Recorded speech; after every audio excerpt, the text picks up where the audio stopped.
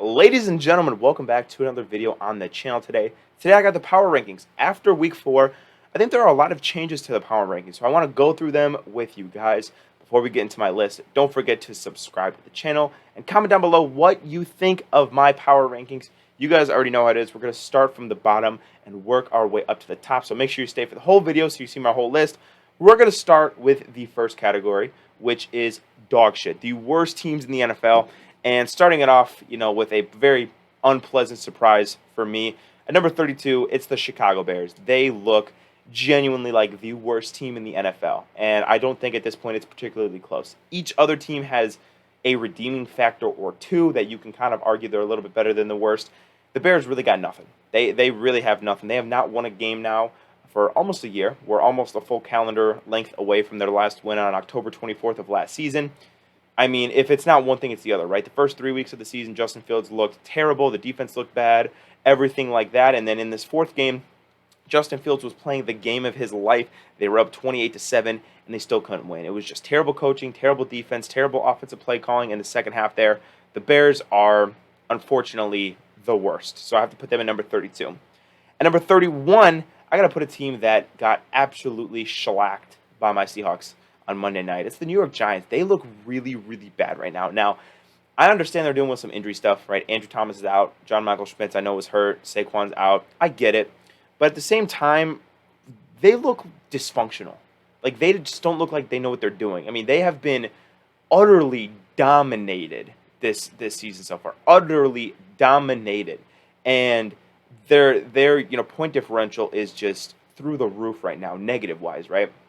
They look terrible. Daniel Jones looks bad, but also he doesn't have time. The receivers are bad. The defense doesn't look good with Wink Martindale. It is a mess. New York is in an absolute mess right now, and I think that it was a mistake to give Daniel Jones $40 million a year, and I think that even more so after watching the season so far. Giants are a really, really bad team. Going into team number 30, the Carolina Panthers. Now, the Carolina Panthers, Bryce Young, he looked better. He looked better against the Vikings defense, which is very good. But they're still not a very good team. There's recent reports that they need, they're going to try to trade for a wide receiver 1, and Lord knows they need it. They don't have a lot of weapons, right? If Adam Thielen is your wide receiver 1 in the year of 2023, you got some issues. I think their offensive line has, again, regressed from what I thought they were going to be. Their defense isn't great. Frank Reich, I think he's had some trouble calling plays early on this year. And I think the inexperience kind of across the board is showing for the Panthers right now, right? They do have a future. If Bryce Young can pan out, if some of these young guys can pan out. I know they're terribly injured right now, which sucks, but as of right now, they land at number 30 on my list. Now, number 29 is a team that has moved up a few spots because I have been impressed with their fight, with their resolve, with their kind of tenacity, right? It's the Arizona Cardinals. Now, the Arizona Cardinals are not a very talented team at all, right? They are getting absolutely everything they can out of James Conner and Josh Dobbs and Marquise Brown. And the defense isn't great talent-wise either, but they're playing hard, right? I do think that we kind of roasted Jonathan Gannon in the offseason, and rightfully so. He's kind of a dork, but he does seem to have the guys playing, and he does seem to have the guys, fighting, and he does seem to motivate the troops. So that's always a good sign when you like to play for your head coach. I think the Cardinals, though, just because of their talent, just because of their record so far, are probably going to be they're probably going to be 1-3, and they're probably going to be the 29th best team in the NFL. Now, team number 28, I got to go with the Raiders. The Raiders, baby. What can you say, man? The Raiders, they just don't look great. Khalil Mack, oh my God, he obliterated that offensive line. 6 sacks. I mean, it was like I had visions of Derek Thomas. It was crazy. Aiden O'Connell played pretty good. I think probably about the way I expected him to play. It's just hard because the defense is really, really bad. And if you can't have a consistent run game, when Jimmy Garoppolo comes back, he's not going to be able to save this team. I mean, and you're in just a loaded division. Not a lot of bright spots, I don't think, for the Raiders. They seem to be stuck with Josh McDaniels for the foreseeable future. And I don't really like the direction that this team is going, unfortunately. For my next team, the New England Patriots, they look like shit right now, man. I mean, that game, that looked like the JV team going against the AAU 10U Pee Wee squad. I mean, Mac Jones, he was awful. I mean, the Patriots don't have talent at all on that roster. They don't have any explosive players. And the players they do have that are really good are on defense, and now they're hurt. Christian Gonzalez and Matthew Judon are both hurt. The Patriots are in a lot of trouble right now. They are in a lot of trouble. I don't know where to go for the Patriots right now. I don't know what they do. I don't know how Belichick can outcoach this team to, get them to be a relevant squad. I just don't think that that's possible. 27 is probably the spot that they belong right now. And number 26, I got the New Orleans Saints. I'm not impressed with Derek Carr. I'm really not. I've seen it for 3-4 weeks now. I'm just not a Derek Carr guy, unfortunately. Their offense is very stagnant, and their defense is pretty good. It's not great. It's pretty good. I'm just not impressed with Derek Carr. I'm not doing it. I can't. Their offense needs to show me something before I put them any higher than the 20s. Speaking of bad offenses, the Atlanta Falcons, man. How do I say? I think Desmond Ridder is the worst starting quarterback in the NFL. And unless you have prime Vince Lombardi as your head coach, you're not going to do shit in the NFL when you have the worst starting quarterback. Desmond Ridder misses throws on every drive. He's got teammates, not dabbing him up on the sidelines. I mean, yeah, it seems like he's losing the team. They're unable to incorporate guys like Kyle Pitts and Drake London. They're, I think, probably too hesitant to just force feed Bijan Robinson, which I don't understand. They're just a mess right now. They look like dog ass in London against the Jaguars, and Jaguars team hasn't looked great this year, and they look pretty good, especially defensively. The Jaguars defense has been struggling, and they looked really, really good. So, I don't know. Don't feel great about the Falcons right now. At number 24, where we have the teams that are like kind of ass, maybe could be good. Kind of depends on the week, right? At number 24, I got the Commies, the Washington Commanders. Listen, they put up a good fight against the Eagles this week. They really, really did. Sam Howell, at certain points in that game, was nails. I mean, end of the game, you need to score. You need to put it in the end zone. He did it. I mean, he really, really was great. Problem for the Commanders, though, is that they had Emmanuel Forbes locking A.J. Brown down all day. At least that's what they thought they had. What they had actually was an absolute cooking of Emmanuel Forbes by A.J. Brown. I mean, he just, dusted him, which, given his size, I don't necessarily think that that's the craziest thing in the world. But the Commies, I mean, they got a little something there. They got a little something. You can see points in where the offense looks fantastic. I think Sam Howell's still getting hit a lot for my liking. The defense, they got kind of shit on by the Eagles. A lot of defenses do, though. But I like the Commies at number 24. I think they can move up. Number 23, the Pittsburgh Steelers.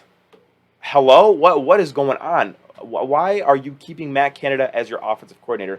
Listen, I like the Steelers' defense just as much as anybody else. You're going to win games with T.J. Watt, Alex Highsmith, Nick Herbig, Minkah Fitzpatrick. That I totally like. Offensively, though, what are you doing? I'm talking to both Matt Canada and Kenny Pickett. That offense is ugly. Ugly. And they can't have their defense playing like superheroes every single week. And when they don't, you get a result of you lose by, 20 points to the Texans. Not great, right? Not good at all. At number 22, I'm going to have the Minnesota Vikings.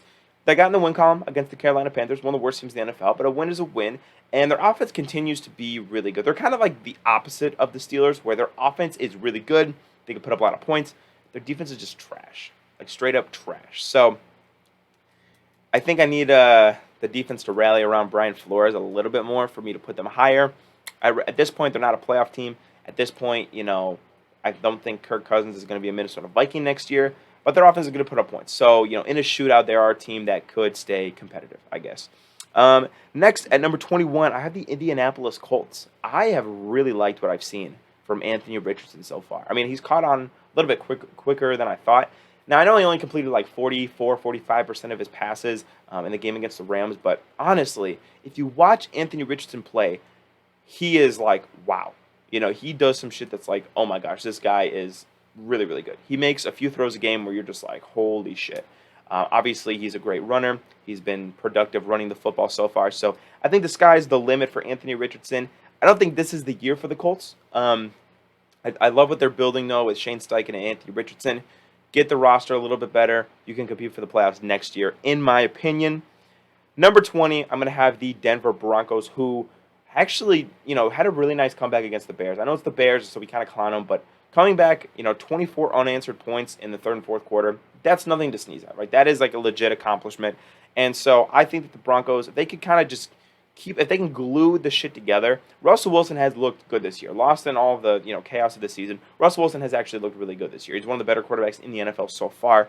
If the defense can just be like average, which in years past, it's been elite. If it could be average, I think this Broncos team could win about 50% of their games, which is not bad. I don't think that that's a terrible thing, especially considering the travesty that was last year. At number 19, I have the Houston Texans, and I was wrong about the Houston Texans. I mean, a couple weeks ago, I think I put them at like 30, 31. They have moved up significantly. 2 back-to-back wins against teams that might make the playoffs by 20 points. C.J. Stroud is no joke. Those receivers look good, especially like Nico Collins and Tank Dell. The defense, I think they've assimilated the identity of DeMeco Ryans, and I really think that he has given them a spark and given them what they've needed to kind of get it going so far in this season. I really like the Texans. I think that they're going to continue to go up. Honestly, I'm very, very impressed with what I've seen from C.J. Stroud. He has undoubtedly been the best quarterback rookie this season. Next, we're going to go to number 18, Tampa Bay Buccaneers. Honestly, Baker has looked much better than I thought he would. I was clowning the Buccaneers in the offseason, and, shout out Bucs Edits. I know you're watching this video, my boy. This is for you. The Bucs, they are good right now. They are a good team. Baker Mayfield, the only game he really struggled to throw the ball was against the Eagles in the rain. Both of those things make it a lot harder for a quarterback to succeed. Baker's look good, and that defense is still pretty solid. They have zero running game, whatsoever. But I think as long as Baker Mayfield gets adequate protection, he'll be pretty good. And the Buccaneers right now are 18. Would not be surprised if the Buccaneers won the NFC South, which is something that would have been a foreign language for me to say a couple of months ago. So shout out to the Buccaneers. You guys have impressed me so far. Number 17, I got the New York Jets. Now, you might say, well, Zach Wilson, if he can look good, he played really good against the Chiefs, and that defense is pretty good. And I want to say two things. I want to say, yes, Zach Wilson looks like he's getting a little bit better, and that Chiefs defense is actually pretty good, so that was kind of impressive that he had his best game. But at the same time, if your best career game 3 years into the NFL is scoring 18 points on offense, that doesn't move me. That doesn't really move me, right? They kind of needed a lot of things to go their way, I think. I mean, I think the Chiefs really started to kind of put it in cruise control when they were up by 17 points. And, credit to the Jets. They were able to kind of crawl back and make it a competitive game. But I don't see a lot of hope for them going forward. I don't think this is a playoff team. I don't think Zach Wilson can play like that every single week. But, yeah, hey, shout out to him for looking semi-competent for 1 week, especially in prime time against Patrick Mahomes. And I think the reason he did that was because, Taylor Swift is in the audience. And so, you know how Zach Wilson goes. Next category, we have the teams that are, pretty good, kind of mid, pretty good, kind of mid. Number 16, we have the Tennessee Titans. I have no idea what to think about the Tennessee Titans. 1 week I think they're trash, and then they're beating the Bengals by 24. Now, I understand the Bengals are far from at full strength right now. I get it. But that was a physically dominating performance from the Tennessee Titans, a team that was the underdog to the Bengals, ended up winning by like 24. It's pretty impressive, right? I've said it before. Mike Vrabel's a good coach. If they can dominate on the ground, they're going to give teams fits, right? Derrick Henry had a signature Derrick Henry run and pass, for that matter. The Titans, if they can play their brand of football, they could be a pretty good team. They could be a pretty good team. So I put them at number 16 for right now. At number 15, I got to put the Green Bay Packers. And this is kind of another team where all year I've said this. I really just don't know what to do with the Packers because some weeks they're impressive, some weeks they're not. In the first half against the Lions, they were getting just shat on. And then, Jordan Love put together a very impressive second half. So, I don't know. I think they can beat the bad teams. I don't know if they can go toe-to-toe with the good teams. I think 15 is probably a fair spot until I get, a concrete evaluation on how good they are. But for right now, I have to put them at number 15 and just call it a day. At number 14, I'm going to put the Los Angeles Rams, who are another team that has looked much better than I've thought this year. Matthew Stafford has been awesome. Puka Nacua, I'm sure you've never heard his name by now. He only has like 45 catches in the first 4 weeks of his NFL career. It's pretty impressive. And, that offense is really good right now. Like, really good. I think they do struggle to run the football, and I don't think that defense is great. I think they're kind of overperforming a little bit. But, hey, they're going to get Cooper Kupp back in a few weeks. So, to be completely honest with you, I don't see this passing offense getting worse. They still have Sean McVay. They still have a healthy Matthew Stafford. And, oh, yeah, they still have the best defensive player of our generation, Aaron Donald. So I think that they're a pretty good team. Number 13, speaking of really, really dominant defensive players, I have the Browns at number 13. Now, they kind of took a fat-ass L against the Ravens, and I will attribute that a little bit to Dorian Thompson-Robinson not being ready, and that's okay. He's a fifth-round rookie. I thought the preseason hype was great, but, playing in an actual NFL game is a different ball game, right? The Ravens are a good team, and they're a divisional team, so there's really no shame in kind of getting shellacked. That kind of happens in divisional games every once in a while. Browns' defense is still really, really good, and if Deshaun Watson, again, is like average or better, they'll probably be in playoff contention, I would imagine. Again, losing Nick Chubb obviously is a big blow, but I think they'll survive. I think they'll be able to survive. So at number 12, I have the Bengals. Now, maybe I'm still a little too high on the Bengals, but I think that as the week goes on, I think Joe Burrow's calf will get healthier, meaning he'll get more mobile, meaning this offense will be unlocked even more. They still have a lot of talent on offense. Jamar Chase, who has been, productive as of late. T. Higgins, I know, is hurt right now. I don't know what the timetable is for his return. Obviously, I hope it's soon. And that defense, they still can make plays. I still like Lou Anarumo as the defensive coordinator. DJ Reader was looking good. So I still have faith in the Bengals. I still think that they're a good team. I definitely still think that they're going to make the playoffs. But because of their slow start, I have to put them at number 12 for right now. I have to put them at number 12. So number 11, another team that's really kind of gotten off to a slow start, is the Jacksonville Jaguars. I'm going to put them at number 11. They're 2-2 right now. They did really just kind of beat up on a bad Falcons team, which I think that's something that good teams should do. Good teams should, just kind of handily beat the bad teams. And they did that. They definitely did that with Atlanta. But, the offense really hasn't been clicking yet. And I wonder what the problem is, because this is not the first season that Trevor Lawrence has been with Doug Peterson, right? This is the second year of the offense. It's supposed to kind of pick up where they left off last year and get better and better, and it hasn't. And I'm curious why that is. And I'll watch them for a few weeks, and maybe I'll bump them down a little bit, but their offense has not been great this year, and their defense was making plays last week, so we'll monitor the Jags for a little bit. All right, getting into the top 10, I have the Los Angeles Chargers at number 10. They've kind of gotten back on track the last couple of weeks. They started off 0-2, now they're 2-2. They're at 500. I think it's a good slate, good clean slate wipe for the season. Justin Herbert is that fucking guy, in case you didn't know that. He is that guy. And the Chargers offense, even without being able to run the football, I think is still really good. Now, losing Mike Williams sucks. I do think they'll get Austin Eckler back soon. And I think the defense is talented. And you saw kind of the talent really shine in the win against the Raiders. Khalil Mack, like I mentioned, 6 sacks. Asante Samuel Jr. had that amazing, lurk on that pick that basically sealed the game. So the talent shines, and I think it can overcome some of the bad coaching by Brandon Staley. Now, the Chargers are a good team. I think they're a top 10 team, and I think that they're a playoff team. I don't think that there can be, in contention of the AFC West with the Chiefs. I don't know if they're that level yet, but they are a good team, and I do think that they'll make the playoffs. At number 9, I got to put the Detroit Lions, who pretty much handled business very easily against the Green Bay Packers. Listen, the Lions have one loss on the season, and that's to a team that maybe I'll mention next. But the Lions are a good team. All right, they have an identity. They're going to run the ball. Jared Goff is not going to be asked to do too much. He's going to be protected, with that good offensive line. And they're playing good defense. They are playing pretty good defense at this point. So the Lions have a great recipe for success. For fantasy purposes, I wish they would give Jahmyr Gibbs the ball more. Hint, hint, Ben Johnson. But the formula right now is looking good. I don't think there are a lot of teams in the NFL that could beat the Detroit Lions when they play mistake-free football. And they didn't do that against the Seahawks, which is the reason that the Seahawks were able to win that game. They, had a couple key turnovers. If they can play clean football, I don't see a lot of teams that are going to be able to beat the Lions. All right, and getting into my top 8 teams for this week. At number 8, my Seattle Seahawks. They dominated the New York Giants. Dominated. 11 sacks. Devin Witherspoon looked like the best defensive player on planet Earth on Monday night. It was an awesome, awesome game. I would like to see them clean up some stuff on offense, but a lot of that is just because their offensive line is so hurt. Charles Cross was out. Abe Lucas was out. Damian Lewis and Phil Hayes left the game, and Brent Brown at one point left the game. At one point, literally, they had no starters on the offensive line remaining, and that leads to, I think, a lot of conservative play calls on offense. Now, I think at full strength, this offense will be a lot better. They'll push the ball downfield more. Hopefully, they can get Jackson Smith and Jigba more involved.